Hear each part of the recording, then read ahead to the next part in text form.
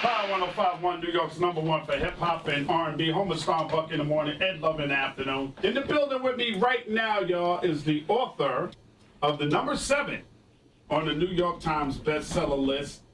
And I would have to say the biggest book in hip-hop history. Confessions of a Video Vixen. Miss Corinne Stephens is in the building with me. How you doing? Hi, baby. I'm good. What is the purpose of you writing this book?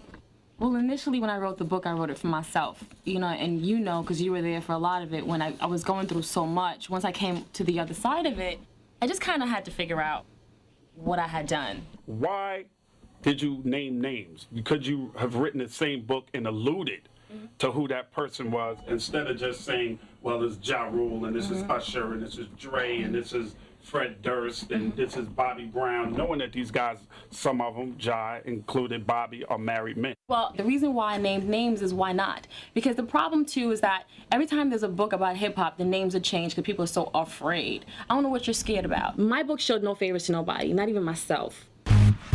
Yvette Santiago, a.k.a. Corinne Stephens. Or, if you've been a part of the music industry elite, then you know this woman as Superhead. She's considered to be the quintessential hip-hop groupie and the industry's most infamous video vixen. Known around the world for betting your favorite stars and writing about her list of male conquests throughout the music game. She's been hailed as a hero by some and as a gold-digging whore by others. Everyone seems to have an opinion about this woman, and she's been called a whole lot of things by a whole lot of people. The human cum bucket. The hoe of all hoes. She's a liar. She's vindictive. She's whack. I thought she just had some issues. Corinne is nuts. Good head or superhead, whatever they call you. Whatever Miss Stephens thinks she isn't the first woman to use sex to get the attention of powerful men. The tactic isn't new by any stretch. Still, many young, starry-eyed, untalented females succeed in catching a contact buzz off celebs by sexing them up backstage or after a music video shoot. This is the typical life of a Hollywood jump-off. But to really understand the minds and motivations of today's hip-hop groupies, we need to listen in on the experts. I'm the Archbishop Don Magic Juan, and I'm chairman of the board of famous players everywhere. And this is my definition of a groupie that hangs around hip-hop, because you know I be around hip-hop. And by me being a professional ladies' man, I definitely understand the extent of what the female is in there to do. She want her bills paid.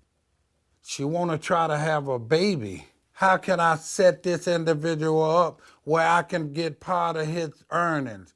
These are some of the things that groupie females do that involve themselves in hip-hop. They are very trickery.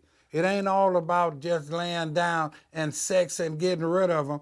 These females are much too smart today, and hip-hop players, we gotta watch them.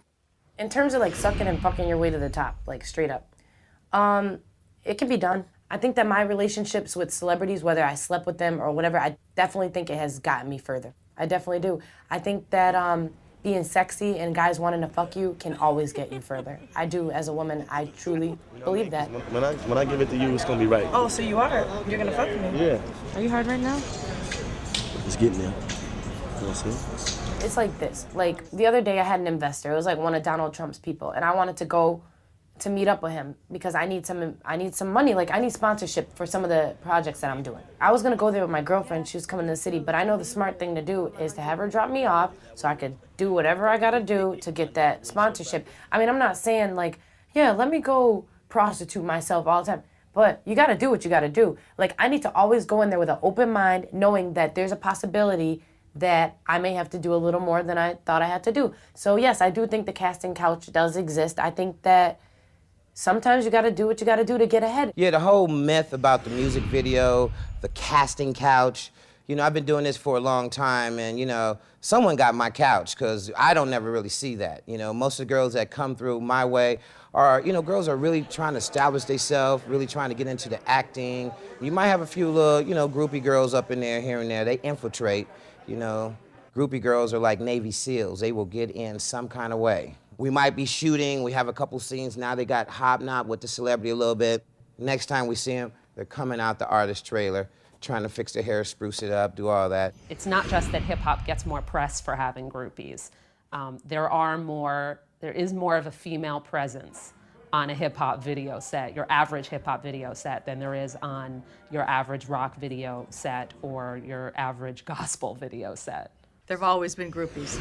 There have always been groupies. Ever since a man stepped up on a stage, there have been women who want to get a piece of him on some level, you know. I was one of the earliest groupies in the rock and roll world in the mid to late 60s. And my first book, I'm With the Band, was a big bestseller. It was all about my exploits with Led Zeppelin and the Doors and the Who and the Byrds. It's the inspiration that, you know, you get inspired by that and you want to be a part of it. You want to exchange.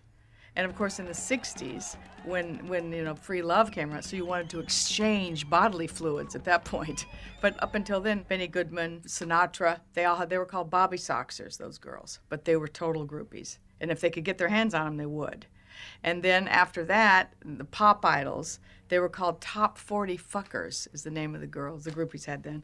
And then sometime in the like 66, 67, the word groupie popped up. It wasn't a bad word to start with. It was just a word. And then it slowly became a negative word because people were jealous. They couldn't get backstage and, oh, she's just a groupie.